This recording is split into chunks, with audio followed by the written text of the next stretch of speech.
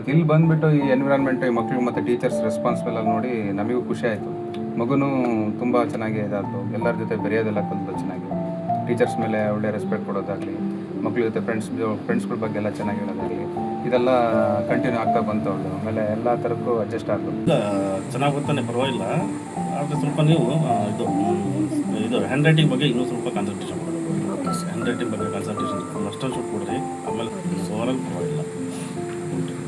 ನೋಡ್ತಾರೆ ಸುಮಾರು 20-25 ವರ್ಷದಿಂದ ನಾನು ನೋಡ್ತಾ ಇದ್ದೀನಿ ಸ್ಕೂಲ್ ಬಗ್ಗೆ. ಏಕೆಂದರೆ ನನ್ನ ತಂಗಿ ಓದಿರೋದು, ನಮ್ಮ ಅಣ್ಣನ ಮಕ್ಕಳು ಓದಿರೋದು, ಆಮೇಲೆ ನನ್ನ ಮಗಳು ಓದಿರೋದು, ಆಮೇಲೆ ನಮ್ಮ ತಮ್ಮನ ಮಕ್ಕಳು ಓದಿರೋದು. ಸ್ಕೂಲ್ ಬಗ್ಗೆ ಯಾವುದೇ ಥರದಲ್ಲಿ ಏನೂ ಮಾತಾಡೋಂಥದ್ದೇನಿಲ್ಲ, ಚೆನ್ನಾಗಿ ಇದೆ. ಇನ್ನೂ ಹಿಂಗೆ ನಡ್ಕೊಂಡು ಮುಂದೆ ಇದೇ ರೀತಿ ಮುಂದುವರಿಸ್ಕೊಂಡು ಹೋಗ್ಬೇಕು. ಇದೇ ರೀತಿ ಎಲ್ಲ ಮಕ್ಕಳು ಒಳ್ಳೆ ವಿದ್ಯಾಭ್ಯಾಸ ಆಗಿ ಒಳ್ಳೆ ಮಾರ್ಕ್ಸ್ ತೆಗೆದು ಮುಂದಿನ ದಿನದಲ್ಲಿ ಸ್ಕೂಲಿಗೆ ಒಳ್ಳೆ VIP ಆಗಿ ಹೆಸರು ತರಬೇಕು ಅಂತ ನಾನು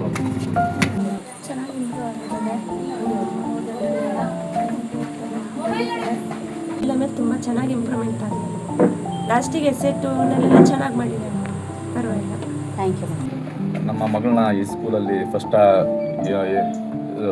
ನರ್ಸರಿಯಿಂದ ಜಾಯಿನ್ ಮಾಡಿದ್ವಿ ಮೇಡಮ್. ಇಲ್ಲಿ ಇದರಲ್ಲಿ ಇವಳು ಸ್ಟಾರ್ಟಿಂಗಲ್ಲಿ ಏನೂ ಬರ್ತಾ ಇಲ್ಲ, ಬಟ್ ಇಲ್ಲಿ ಬಂದ ಮೇಲೆ ಚೆನ್ನಾಗಿ ಇಂಪ್ರೂವ್ ಆಗಿದೆ.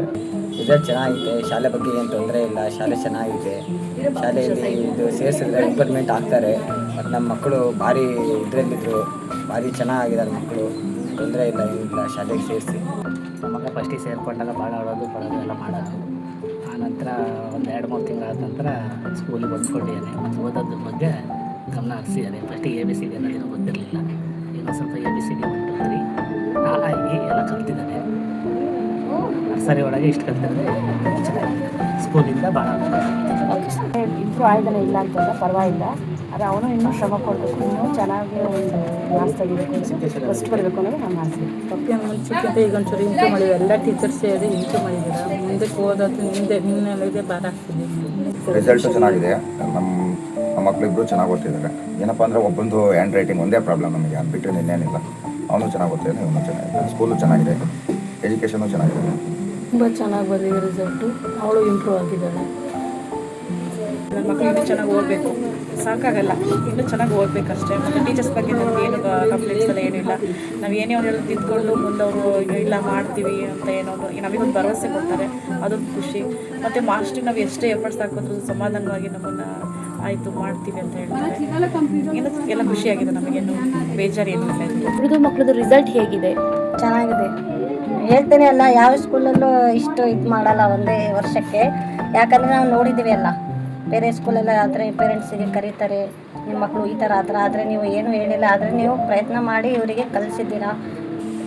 ಸ್ಕೂಲ್ ತುಂಬ ಚೆನ್ನಾಗಿದೆ. ನಮ್ಮನ್ನೇ ಹ್ಯಾಂಡಲ್ ಆಗಿಲ್ಲ, ಫಸ್ಟಿಂದ ಹೆಂಗೆ ಓದ್ತಿದ್ದಾಳೆ ಹಂಗೆ ಓದ್ತಿದ್ದಾಳೆ. ಈಗಲೂ ಸ್ವಲ್ಪ ಪರವಾಗಿಲ್ಲ, ಏನು ಪ್ರಾಬ್ಲಮ್ ಇಲ್ಲ. ನೋಡಿ ಆಗಬೇಕು ಅನ್ನೋ ಒಂದು ಸ್ವಲ್ಪ ಇಲ್ಲ, ಪರವಾಗಿಲ್ಲ, ಓದ್ತಿದ್ದಾರೆ. ಇನ್ನೊಂದು ಸ್ವಲ್ಪ ಚೆನ್ನಾಗಿ ಮಾಡಬೇಕು, ಚೆನ್ನಾಗಿ ಓದಬೇಕು. ಶಾಲೆ ತುಂಬ ಚೆನ್ನಾಗೈತೆ, ನಮ್ಮ ಮಕ್ಕಳು ಓದೋದಾಗಿರೋದಷ್ಟೇ, ಅವ್ರು ಚೆನ್ನಾಗಿ ಓದಬೇಕು. ಇದ್ದಾಳೆ. ನನಗೆ ಆ ಶಾಲೆಗಿನ್ನ ಈ ಶಾಲೆಗೆ ತುಂಬ ಇಂಪ್ರೂವ್ ಆಗಿದ್ದಾಳೆ. ಪ್ರತಿಯೊಂದು ಸಬ್ಜೆಕ್ಟಲ್ಲೂ ಅಷ್ಟೇ. ಅವಾಗ ಹೇಳ್ತಿರ್ಲಿಲ್ಲ, ಅಂದರೆ ಸ್ವಲ್ಪ UKG ನರ್ಸರಿ LKGಲಿ ಈಗ ಪರವಾಗಿಲ್ಲ ಇಂಪ್ರೂವ್ ಆಗಿದ್ದಾಳೆ.